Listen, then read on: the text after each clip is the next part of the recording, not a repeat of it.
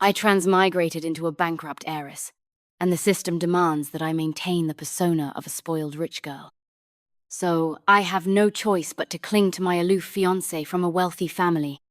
I need a luxury car for commuting, silk sheets for sleeping, and only eat fish after the bones have been carefully removed. I thought he hated me. When the system was deactivated, I reluctantly tried to say goodbye to him. Before I could speak, he said, "Got it. I already bought the new limited edition handbag. Tired already? We've barely walked a few steps." "Fine. Hop on. I'll carry you." I was speechless. I entered a novel as the vicious supporting character, Julia Anderson. Julia was originally a wealthy heiress, engaged to the second male lead, Benjamin Johnson. Since Julia's parents were acquainted with Benjamin's parents, the Johnsons didn't immediately call off the engagement after the Andersons went bankrupt. However, Julia was obsessed with the male lead and constantly tried to sabotage him and the female lead, making countless mistakes that led to her being hated by everyone and meeting a tragic end. When I transmigrated, the Anderson family had just gone bankrupt, and her parents had returned to their hometown. I originally wanted to live like an ordinary person, but I got bound to a system. The system requires me to maintain Julia's persona, or I'll be punished. I asked, "What persona?" The system replied, "The spoiled heiress persona." Staring at the rundown apartment in an old building with no elevator, bare walls, and a space smaller than my previous bathroom, I was at a loss for words. The system kindly reminded me, "Actually, there's another option." I asked, "What?" It said, "You can turn to your fiancé, Benjamin." Benjamin, the domineering second male lead, cold and sharp-tongued. In the original novel, even though he was engaged to Julia, they couldn't stand each other. He despised Julia for being spoiled and ill-tempered, while Julia disliked his icy demeanor. Though I was sure Benjamin would kick me out, I had no other choice. I dragged my suitcase and rang the doorbell of Benjamin's villa. When Benjamin opened the door, his impossibly handsome face stayed expressionless as he stared at me for a few seconds. Just as he was about to shut the door, I quickly wedged half my body inside and greeted him enthusiastically. "Hello, good evening. The moon looks so round tonight. It's been so long, and you're still as charming, dashing, and handsome as ever. Truly a heartthrob." "Shut up," Benjamin cut me off. "Speak normally." I immediately put on a pitiful look, tears welling up in my eyes. "Benjamin, can I stay with you for a while?" His gaze was like ice, as if trying to freeze me into a statue. He sneered. "In your dreams." Seeing that he was about to push me out, I shut my eyes, took a deep breath, and clung to his leg like a scoundrel. "Please, if you don't let me stay, I'll go beg your parents. They'll definitely agree. Your parents have always treated me well, haven't they? They used to buy you gifts during the holidays when we were kids. Won't you take care of their precious daughter?" Hearing me bring up our parents, Benjamin seemed to waver, but still gritted his teeth. "Let go!" "I'll let go if you say yes." At this point, pride was meaningless. "Please, I'm easy to take care of. I won't bother you, okay?" We were at the front door, and a passing neighbor stared at me, clinging to Benjamin's leg in shock, their face practically saying, "Young people these days sure know how to play." Benjamin's face turned purple with embarrassment. Under the neighbor's scrutinizing gaze, he quickly dragged me into the yard and shut the door. He took a deep breath. "If you don't let go now, you're out." Sensing his subtle consent, I immediately let go, beaming. "Thank you. You're such a good person. You'll live a long life." Benjamin ignored me and walked straight into the house. I followed closely behind. When Benjamin reached the second floor, he pointed at a guest room. "You'll stay here." I was about to thank him when the system spoke up.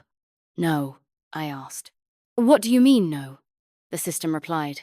"The bedding isn't silk." I didn't react right away. "Huh?"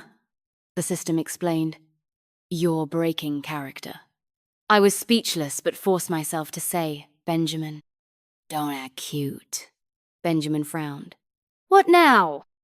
I pointed at the cotton bedding. This isn't silk. I can't sleep on it.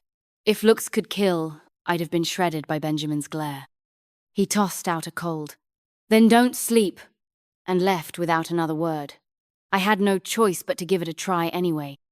Before bed, following the system's instructions, I looked for warm milk. Benjamin was in the living room. I cautiously approached him. Do you have any warm milk? The more I spoke, the guiltier I felt, and my voice grew smaller. I need a cup before bed. No. Benjamin was cold as ever. I don't drink milk. What about soy milk? That should work too. No. I let out a disappointed sigh. You don't have anything in this house. Finally, Benjamin snapped. Didn't you say you were easy to take care of? In the end, Benjamin had fresh milk delivered. After heating it in the microwave, I finally had my system-approved warm milk. As I sipped my milk, I flattered him. Benjamin, you're the best. A real-life Lei Feng. I won't watch next year's Touching China Awards if you're not in it. Benjamin replied with only 4 words. Cut the crap. After drinking my milk and taking a shower, I lay in bed satisfied, ready to sleep. But within minutes, I started feeling itchy and sore. When I turned on the light, I saw my skin was covered in red rashes. I asked the system, "Is this a punishment?" The system answered cheerfully, "Yes, dear." On the verge of tears, I had no choice but to knock on Benjamin's door. He opened it, furious. Before he could scold me, I shoved my arm in his face. Look, I wasn't lying. Benjamin frowned at the angry red welts. Seeing a chance, I pulled my collar down slightly, revealing the flush skin on my neck. Here too. Look, it's all red. Isn't it pitiful? Benjamin's gaze briefly swept over my neck before he quickly looked away, coughing awkwardly. What do you think you are, the princess and the pea? He went to the living room, grabbed some ointment from the first aid kit, and handed it to me. Apply it yourself. I gratefully took the ointment, then looked at him expectantly. The sheets. Where am I supposed to find silk sheets in the middle of the night? Well, my eyes drifted toward his bedroom. The sheets in your room seem to be silk. Absolutely not. Benjamin cut me off immediately. No way. Half an hour later, I was comfortably lying on Benjamin's big bed, silk sheets cool and soft against my skin. Benjamin, you're such a good man. Such a good man. After I got up, Benjamin had already left for work. The nanny had prepared breakfast on the table. After eating, I got ready to head to work too. But just as I reached the entrance of the subway station, my feet suddenly felt like they were magnetized to the ground. I couldn't move. Panicked, I called out to the system. System! What's happening to me? The system calmly replied, Honey, the original Julia would never take the subway to work. Me. Confused, I turned around and tentatively took a step forward. It worked. I tried again. As long as I didn't head toward the subway, I could move freely. Refusing to give up, I decided to take the bus instead. The bus never came. I tried renting a shared bike, either they were broken or completely unresponsive. As I was about to be late, I opened the ride-hailing app. Fine, I'll take a taxi. The system. That works. 3 seconds later, the system glanced at my screen and spoke again. Honey, carpooling isn't allowed either. With tears in my eyes, I cancelled the carpool option.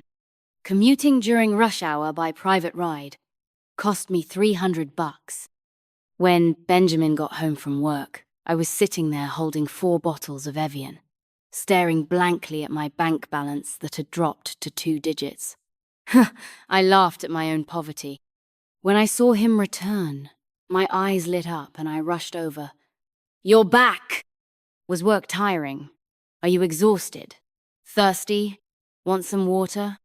I opened a bottle and handed it to him eagerly. $75 a bottle. Benjamin paused mid-reach and pulled his hand back. Where did you get this? I remembered the driver's look that practically screamed, You must have been really thirsty, when I took them from the car. I grabbed them from the car. Benjamin! That's not the point. I kept up my eager expression. The point is, can you give me a ride to work from now on? According to the system, my character requires a chauffeur for commuting, but with my current balance, I couldn't even afford another ride. After thinking it over, hitching a ride with Benjamin was my only option. Benjamin twitched the corner of his mouth. No, I immediately replied. A man should never say no. Benjamin. After much effort, I finally secured a precious seat in the back of Benjamin's Panamera. To thank Benjamin, I wanted to get him a gift. On payday, I excitedly invited him to the mall. Why are we going to the mall? To buy you a gift, I said sincerely. You've been so good to me. I want to repay you. Let me pick out something for you. Benjamin squinted at me and then gave a meaningful smile. Sure. I had been bracing for rejection, but was surprised at how readily he agreed. It wasn't until we got to the mall that I understood the reason behind his smile. Because this was the perfect opportunity for him to mock me. He took me to a luxury boutique, sat on the sofa, and casually said, "This store is fine. Pick anything. Go ahead." Staring at the cheapest pair of four-figure cufflinks, I shut my eyes in despair. As luck would have it, my paycheck was also 4 figures. When I first saw the amount, I thought it was a refund for something I had returned. The sales associate looked at me expectantly. I turned and glared at Benjamin. You did this on purpose! My sadness overflowed. Do you really think I can't afford it? He watched me confidently. In a fit of anger, I tried to bluff. I'm smart, okay, but no, I really can't afford it. Benjamin chuckled and got up from the sofa. Forget it. Let's go. Nothing caught my eye today. I breathed a sigh of relief. Since you're not buying, neither am I. You don't need to give me a gift. After leaving the store, Benjamin took me to another boutique. If you want to thank me, help me pick out a bag for my mom. She never likes what I pick and says I have no taste. That was easy. I quickly picked out a classic, simple, and elegant bag that Benjamin's mom would definitely like. After that, I casually browsed the store and caught sight of a pink crocodile leather Birkin. I froze, not emotionally, but physically. My legs wouldn't move at all. I asked the system. No way. The system cheerfully replied. As a dignified heiress, how can you not own a crocodile leather handbag? Maybe because I stood there staring. Benjamin walked over. You want it? He knew me so well. I nodded hard. Benjamin smiled slyly. Then, keep wanting. Me. Benjamin turned to leave, but I grabbed him. Please. On the verge of tears, I pleaded. I'll repay you for the rest of my life. The sales associate enthusiastically chimed in. Ma'am, you have excellent taste. This is a limited edition. There are only 3 in the entire city. This is the last one. No wonder it was nearly 7 figures. Let's go. Benjamin ignored me, took the packaged bag from the sales associate, and walked out, leaving me standing like a statue in front of that pink crocodile leather bag. The sales associate remained enthusiastic. So, Mom, if you like it, why not take it? I pretended to be nonchalant. It's fine, don't mind me. I'm just browsing. After 10 minutes of standing there, the associate came back again. Still thinking? Something troubling you? Not much, just that I'm broke. After standing for 20 minutes, someone else approached. I thought it was another associate. Sir, may I take one more look at our Zihan? To my surprise, it was Benjamin. You've been looking at it for 20 minutes. Still, not enough? I was more than enough. I was completely numb. My legs had stiffened into wood. I couldn't move, and could only stare at Benjamin helplessly. The next moment, Benjamin pulled out a black card and handed it to the associate. Please wrap this up too. As soon as he finished speaking, my legs returned to normal. Following behind him, clutching the wrapped bag, I said, Benjamin, you're amazing. How are you so good to me? Stop sucking up, he said without turning his head. Just consider it payback for the birthday gifts your parents used to give me as a kid." With his long legs, Benjamin walked fast. I tried my best to keep up, but after standing for so long, my legs wouldn't cooperate. After a few steps, I had to sit down on a bench in the corridor. Benjamin walked ahead, then turned back when he realized I wasn't following, giving me a look that said, "What nonsense are you pulling now?" I gave an awkward smile. "I can't walk. You've only walked a few steps." Benjamin chuckled in frustration. "I'll wait in the parking lot. If you're not there in 10 minutes, go home on your own." Thinking of the huge cab fare, I suddenly felt motivated again. But after barely 3 seconds, I was frozen in place at the store entrance because I had glanced at a new gown displayed in the window. In the end, I didn't dare glance to either side. Carrying bags with a purse and dress, I walked home like a thief, staring at the ground the entire way. Benjamin looked at me speechlessly, his face saying he didn't even want to know me. "How many years in prison do you get for walking with your head up where you come from?"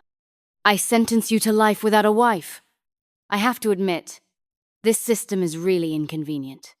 I don't know how to drive, so if the chauffeur isn't available, I can't even leave the house. And when I do, I can barely go anywhere. I can't go to high-end malls if I do. I turn into a statue in front of luxury boutiques and get treated like a thief by security. I can't go to flea markets either, because it violates my character setting. On Saturday night, Benjamin had a dinner engagement, and I was bored out of my mind at home. I decided to take a walk around the neighborhood, but not long after, a heavy rain suddenly poured down. I didn't bring an umbrella and hurried to the nearest pavilion for shelter. Amid the deafening rain and thunder, I seemed to hear weak meowing. The sound was faint and feeble, incredibly pitiful. Looking around, I spotted a small figure curled up under a bush not far away.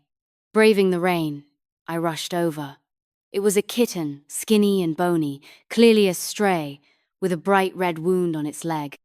Without thinking, I picked it up, planning to take it to a nearby vet. The system tried to stop me. The pampered Julia would never get herself in this mess for a stray cat. True, I was soaked and covered in mud, completely breaking character, but I didn't care. Even though my feet felt glued to the ground, I seemed to find some hidden strength and struggled to lift my legs, forcing myself to run toward the entrance. After great effort, I reached the neighborhood gate and pulled out my phone to call a ride. But no cars were available in this rain.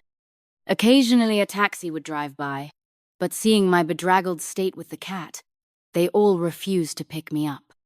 Just as I was panicking, a familiar Panamera pulled up in front of us. The back window lowered, revealing Benjamin's face. "Julia?" His expression tightened when he saw me like that. "What happened?" He quickly opened the door. I got in and showed him the kitten, my voice anxious. "Can we go to the nearest pet hospital?" "The kitten looks like it won't make it." Without hesitation, Benjamin told the driver, "Head to the pet hospital first." Knowing Benjamin was a clean freak, I tried not to sit too close. But he didn't seem to mind and handed me a handkerchief. "Wipe yourself off." He then took the kitten from my hands so I could clean my clothes. He draped his jacket over me and told the driver, "Turn up the heat." The kitten kept trembling, probably from the cold, so I wanted to take off Benjamin's jacket to wrap it around the kitten. Just as I moved, he seemed to know what I was thinking and pressed my hand down. "Keep it on." Then he pulled out a shirt from a bag at his feet, still with the tag on, showing a 5-figure price. Benjamin tore off the tag and gently wrapped the kitten in layers of the oversized shirt, then patted my shoulder to comfort me. "Don't worry, we're almost there." Soon, we arrived at the pet hospital. After the kitten was rushed into surgery, my nerves finally eased a bit.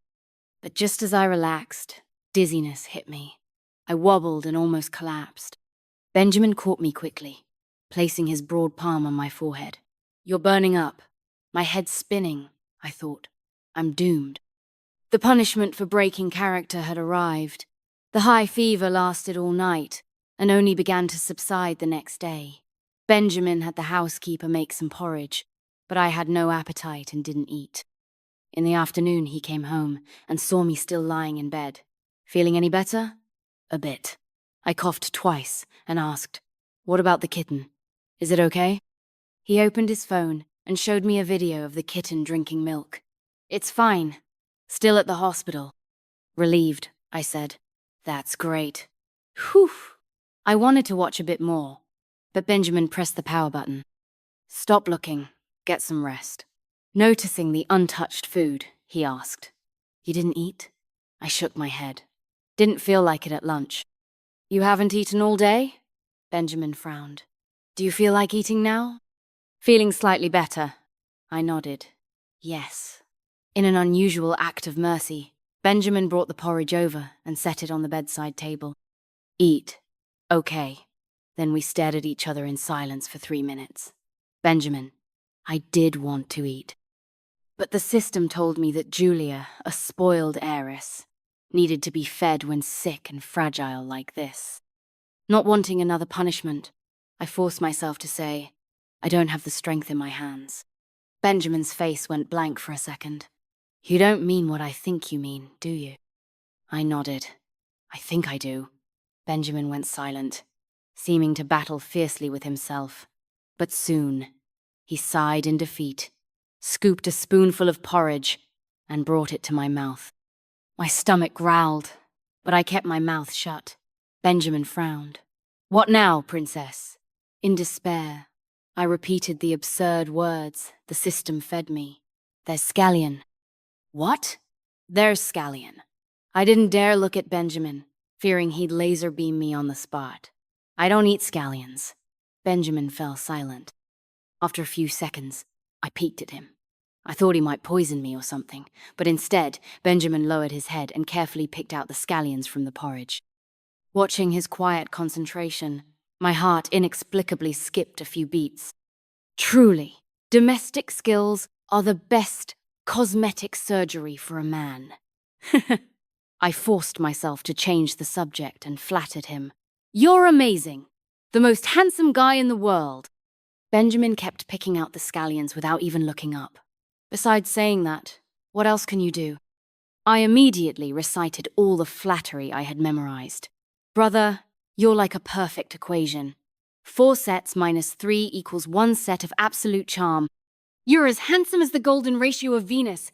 I want to cry and scream, crawl out from under Mount Wuji, climb the 5 sacred mountains and Mount Everest, spiral to my knees and worship you. My tears would form the Yangtze River, Yellow River, and Pacific Ocean to nourish all of China. After picking out all the scallions, Benjamin shoved a spoonful of porridge into my mouth. Cut the crap and eat. After the kitten was discharged, Benjamin brought it home. It wasn't a particularly cute cat, but I liked it a lot and named it Mimi. At first, Benjamin didn't agree because I was allergic to cat fur. Actually, I wasn't allergic before, but this was a punishment for breaking character. The original Julia would only keep an adorable, high-class cat worth at least 4 figures. Not a scrawny stray like this one. But I adored Mimi. To me, she was the cutest kitten in the world.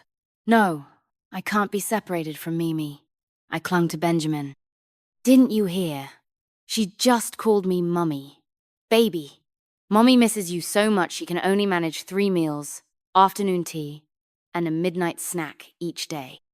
Left with no choice, Benjamin agreed. But he bought an expensive air purifier, told the housekeeper to clean more frequently, and even booked me appointments for allergy shots. I was so touched I nearly offered myself to him.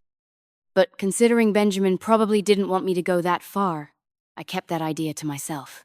Until one day, Benjamin casually mentioned that his cousin's birthday party was next week. It suddenly hit me. Benjamin's cousin, Luke Dawson, was probably the male lead, and Benjamin would meet the female lead, Jennifer Delaney, at Luke's birthday party. Jennifer was a strong but gentle girl, the total opposite of the original female supporting role. That's right, I could play matchmaker for them to repay Benjamin. At this point, Jennifer and Luke only knew each other professionally. Stealing him away should be a piece of cake. Don't worry, I'll turn you from second male lead to male lead. Since I was engaged to Benjamin, I also received an invitation. But on the day of Luke's party, just as I was about to get in the car with Benjamin, he rejected me. Why? Keep dreaming. Benjamin snorted. Taking your fiancé's car to the birthday party of the guy you like? Trying to two-time both of us? I was confused. What two-timing? However, when Benjamin found out I hadn't even prepared a gift and planned to freeload at Luke's party, eating and drinking to my heart's content, he looked quite pleased and let me in the car. A man's mind is like a deep sea. As soon as we entered the villa, I immediately left Benjamin and searched the whole place for Jennifer. After a long search, I finally found her by the staircase, staring worriedly at a gift box in her hands. I approached her warmly. "Why aren't you going inside?" She froze when she saw me. After a brief hesitation, she said, "I feel a little embarrassed. Everyone else's gifts seem really expensive." She bit her lip. "Mine is a bit too cheap." Jennifer's family wasn't wealthy, so she always felt inferior when facing someone like Luke. I glanced at the beautifully wrapped box. "How much did you spend?" She looked embarrassed. "Don't laugh at me. Just over 2,000. Damn." My accent almost slipped. "How much did you say?" Jennifer probably thought I was saying it was too little. "Compared to you guys, it's probably not much." "It's too much!" I interrupted her. "Why are you spending so much on a man?" "You know how much I spent?" Jennifer shook her head, confused. I made a 0 with my fingers. 0! Not a dime. She. With me setting the bar that low, Jennifer clearly gained some confidence and bravely went to give her gift, while I began my mission to eat and drink for free. The system tried to stop me, but I shot back immediately. "So what? What's wrong with a rich young lady having a few extra slices of black velvet cake?" Just as I was having my third plate of caviar and foie gras, a girl approached me. She looked at me with a snide expression. "Oh, look, isn't this Julia? What, bankrupt and pathetic now? Here to freeload?" I glanced at her unfamiliar face, and the system whispered in my ear. "One of the malicious NPCs, Jessica. She used to hang out with you but started kicking you when you were down after your family went bankrupt." "Oh, an NPC? Whatever. At least I'm a supporting lead, no need to argue with an NPC. I ignored her and stuffed 2 more slices of Spanish ham into my mouth. Seeing I didn't respond, Jessica got even more arrogant. "Julia, don't you feel ashamed? Luke hates you so much, and you still came to make a fool of yourself." Before I could say anything, Jennifer rushed over and stood protectively in front of me. "How can you say something like that?" Jessica raised her voice. "Who do you think you are to speak to me? Do you know who I am?" Jennifer stood firm. "I don't care who you are, you can't talk to people like that." Probably out of anger, Jessica grabbed a glass of wine from the table and tried to throw it on Jennifer. I reacted quickly, pulled Jennifer aside, and got splashed myself. As the red wine dripped down my white dress, my heart shattered. Damn it, my only gown! A 6-figure gown! The one Benjamin bought for me after I stood outside the store for 10 minutes. I immediately wanted to run to the restroom to try and save it, but my legs wouldn't move. In complete despair, I asked the system, "Now what?" The system, "Honey, you're a pampered heiress. How could you run away after being splashed?" Huh? I was speechless again. "Then what am I supposed to do?" The system sounded thrilled, like it was watching a drama unfold. "Splash her back, grab her hair, slap her." Me. By now, everyone in the hall was watching us. Benjamin and Luke were also looking in our direction. I sighed and said to Jessica, "Get ready." She looked confused. "Get ready for what?" Me. "For a scene." Jessica. With that, I grabbed a glass of wine and threw it at Jessica. We got into a full-on scuffle. Following the system's instructions to the letter, I pulled her hair, slapped her, and pinned her down, punching non-stop. Someone tried to pull me away, and when I turned, I saw Benjamin. My lips quivered as I showed him the red stain on my dress. "Benjamin, look at my gown." He gently patted my head. "It's fine. I'll buy you another one." Oh my God, what beautiful, soul-soothing words. Jessica still tried to go berserk, but was dragged out by security that Luke had called over. "Go home! Go home!" I wanted to go home quickly and send the dress to dry cleaning, hoping it could still be saved. So I pulled Benjamin and ran toward the parking lot. But as the saying goes, haste makes waste. Not used to wearing high heels, I lost my balance and twisted my left foot. Thankfully, Benjamin caught me in time or I would have fallen hard. "Are you okay?" Benjamin panicked a little and helped me to a bench. "Why were you running so fast?" My ankle burned in pain. "I was afraid if I waited too long, the stain wouldn't come out." Benjamin squatted down to check my ankle and sighed. "Didn't I already say I'll buy you another one?" "It's not the same," I argued confidently. "This was the first dress you ever bought me. It's special to me." His gaze shifted from my ankle to my face.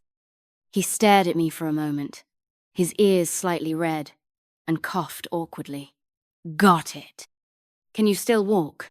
Before I could say yes, the system whispered in my ear. "No. Me. I think I can."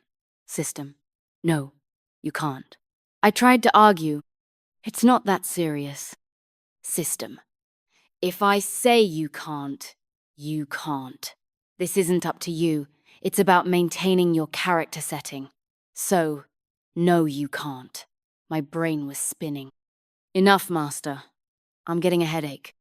While I was still at a loss, I glanced anxiously at Benjamin, but he seemed to know exactly what I was about to say, turned around, and offered me his broad back.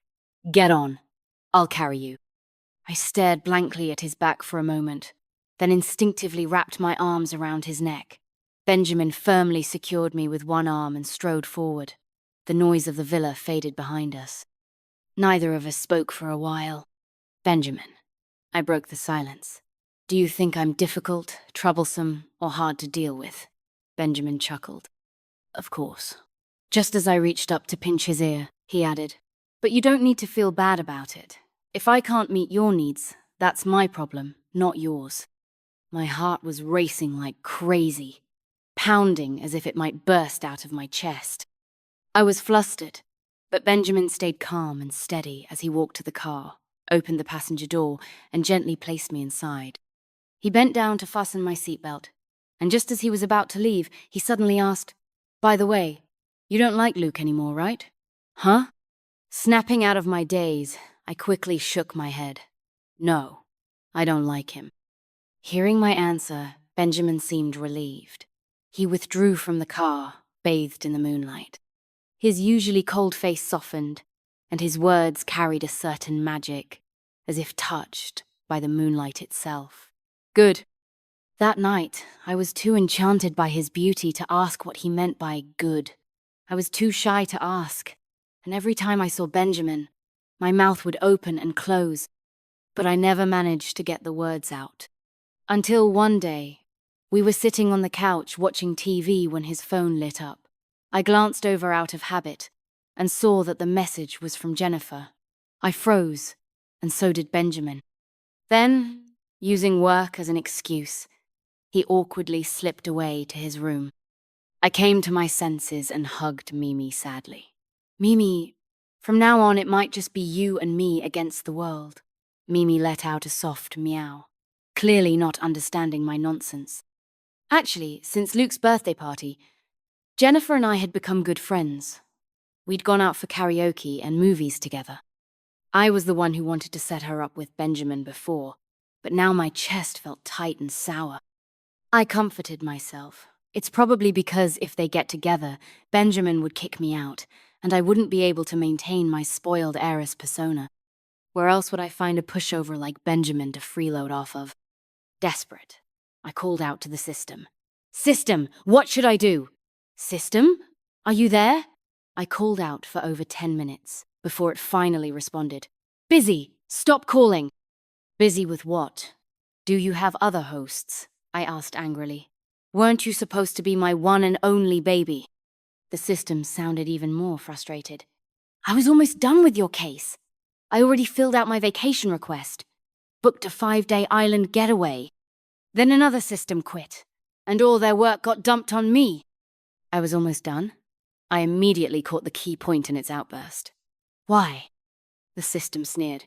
"Because you've caused enough drama." Me. I'll take that as a compliment. The system got busier and basically stopped paying attention to me. Finally, one day, it hastily pressed the end button. I really can't handle it anymore, dear.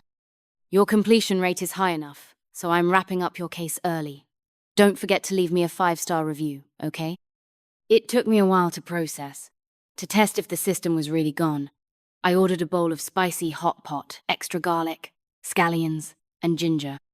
After that, I ate a pack of spicy snacks, then hugged Mimi and buried my face in her soft belly, taking a deep sniff. No allergy, no pain, no punishment. Damn, the system was really gone. I was finally free from all those ridiculous rules. A surge of joy hit me, followed by an overwhelming sense of loss. Now, I had no reason to stay at Benjamin's house anymore. Benjamin had gone out early that afternoon, and I didn't know where he went. He still hadn't returned, leaving just me and Mimi home alone. As I sat on the couch, lost in my gloomy thoughts, Benjamin came back. Seeing me holding Mimi with a sad expression, he paused for a moment. "What's wrong?" I looked at him tearfully, my sadness overflowing. "Benjamin." Before I could finish, Benjamin interrupted. "I know." "Huh? Know what?" "Benjamin, I already ordered the new limited edition bag. It'll be delivered the day after tomorrow." I was speechless for a few seconds. "No." "No?" Benjamin looked puzzled. I restocked the milk, cleaned Mimi's litter box, and even had the housekeeper prepare boneless fish for lunch. What else? Me. "Bro, do you need me to call legal aid for you?" I felt like a demanding client while Benjamin was the poor supplier being exploited. Feeling guilty, I scurried back to my room. Lying on the bed, my mind was filled with the image of Benjamin seriously pondering whether he'd missed anything, and also the message from Jennifer that had suddenly popped up on his phone. Without hesitation, I messaged Jennifer. "Hey, what do you think of Benjamin?" Half a minute later, she replied, "I think he's great. Really great. Handsome, rich, patient, a top-notch man, extremely reliable." That's it. I'm doomed. My heart sank reading Jennifer's 5-star review of Benjamin. Could they really have feelings for each other? But then, she sent another message. "Did Benjamin confess to you? Don't hesitate, he's really great. He picked that necklace for a long time. Asked me several times about your preferences before finally buying it. You can tell he put a lot of thought into it." Huh? Such an obscure way of putting it. Was that even in Chinese? Why couldn't I understand? Just as I was about to ask more, there was a knock at the door. When I opened it, no one was there except for Mimi sitting at the doorway. As I bent down to pick Mimi up, I noticed a necklace hanging around her neck. Benjamin appeared at the doorway, wearing a smug, handsome smile. I didn't know what to say at first, and awkwardly mumbled, "Mimi's still too small. The necklace is too heavy for her neck. I'll hold on to it for now." Smiling, Benjamin played along. "All right." I took the necklace off, feeling a bit flustered. Seeing Benjamin standing there so relaxed, I kicked him lightly. "What are you standing there for?" "Coming." Benjamin couldn't hide his smile as he walked over to me. Taking the necklace, his cool fingers brushed against my neck. "I was planning to give it to you in a few days, but since you didn't guess it right, I figured maybe you already discovered the necklace." He fastened the clasp and turned me to face him. "Got it right this time." "Yes, I got it right." But the answer wasn't the necklace, it was Benjamin. Still, I shook my head. Not quite. Something still missing. Jennifer clearly said there was a confession. "Julia, I like you."